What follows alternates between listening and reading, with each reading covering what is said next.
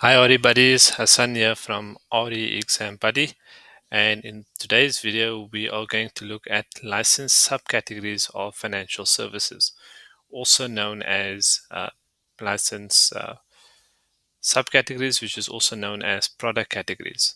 So what we'll start off with is a definition of what license subcategories are, and then I'm going to go through license subcategories for category 1 FSPs.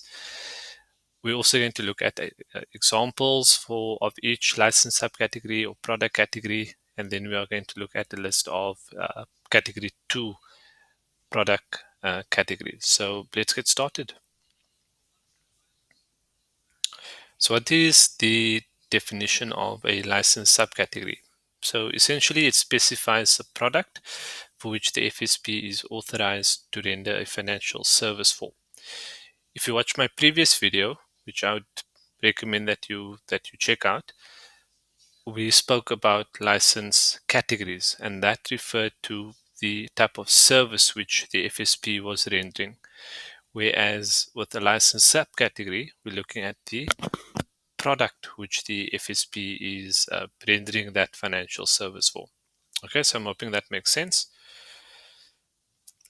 Let's get on to the different types of product categories. So for a category 1 FSP, there are 27 product categories or license subcategories, and I'll go through each of them individually with an example. It's good to know the examples because in the exam they're going to throw you actual scenarios with actual products, and it's good to be able to link those products to the actual product category. It will definitely give you an advantage in the exam. So let's look at it. As I said, there's 27 license subcategories or product categories for a category 1 FSP. I'm going to go through each of them. So a long-term insurance subcategory A, that product is an example of that product is a funeral policy, and that is 1.1. So one meaning it's a category 1 FSP, and then the second one meaning that it's the first uh, subcategory. So if you look at 1.2, again, the 1 means that it's a category 1 FSP. The 2 means that the 2 is basically the subcategory number. So short-term insurance personal lines. That is a product where the holder is an individual. So for example, car insurance or household insurance. 1.3, long-term insurance subcategory B1. An example of that would be a risk policy, so life and disability insurance. 1.4, long-term insurance subcategory C, that would be an endowment policy with no guarantee. 1.5, retail pension benefits, those would be your retirement funds, your retirement annuities, your preservation funds, etc. Short-term insurance commercial lines, those would be your business type insurance. So, example, insuring the building where your business is in. Then we get pension fund benefits. Pension fund benefits, we're looking at pension and provident funds. 1.8, shares, you're looking at JSE stocks.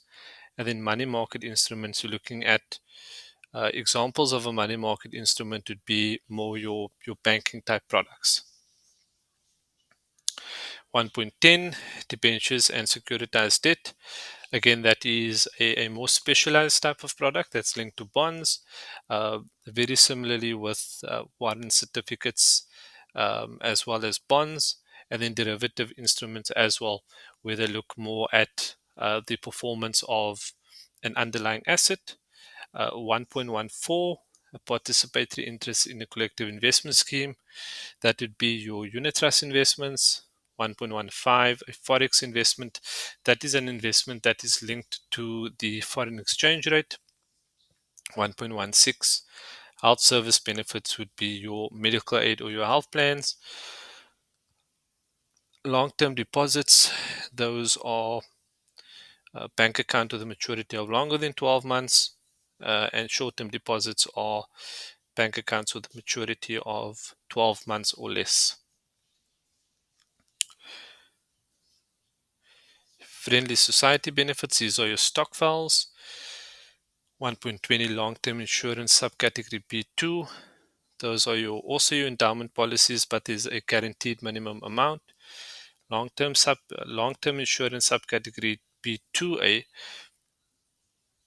That one would be it's a long-term insurance product which provides for premiums to be invested in a portfolio with no option by the holder to request a change or amendment in that portfolio. So essentially, you are locked into that particular portfolio. Long-term insurance subcategory B1A, that is a life or disability policy that requires very limited underwriting. 1.23, a short-term insurance personal lines policy A1. Those would be your short-term, also a short-term policy that requires limited or no underwriting. If you look at 1.24 structured deposits, those would be your deposits that are linked to the inflation rate. 1.25 securities and instruments. Those are also types of securities or stocks. And then you get a hedge fund, which is a specialized type of asset class that essentially hedges against the performance of a certain asset. And then last but not least, one that you should all be familiar with, crypto assets, which was recently added, which would relate to your Bitcoin or any asset that is linked to the blockchain. So those are your 27 product categories for a category 1 FSP. It's quite a lot that you need to remember. I think the examples, like I said, it's quite good to know so that you can always link it back to the type of product category that you're dealing with. Next, let's look at the category 2 product categories. There are 21 of them, so not as many as the category 1 FSP. It would be very similar to your category 1 FSP. However, there are about 6 that are not included here. So one way to actually remember, a quick hack to remember is, instead of knowing all of these for category 2, what you can remember is just the 6 that are missing from category 1. And automatically you would then remember that the balance of them that are not part of category 1 would be a part of category 2 FSP license category. So that's a hack. Like I said, there's quite a lot that you need to know in terms of the list of product categories. But I think if you've got a grip of this, I definitely think that you can do quite well in this section of the exam. Um, and yeah, please do. If you have any questions related to this section, please do comment. If you found this video helpful, please do like the video. And if you'd like to see more content on RE5, please do subscribe to the channel. That's all for now, RE buddies. Until we chat again, thank you.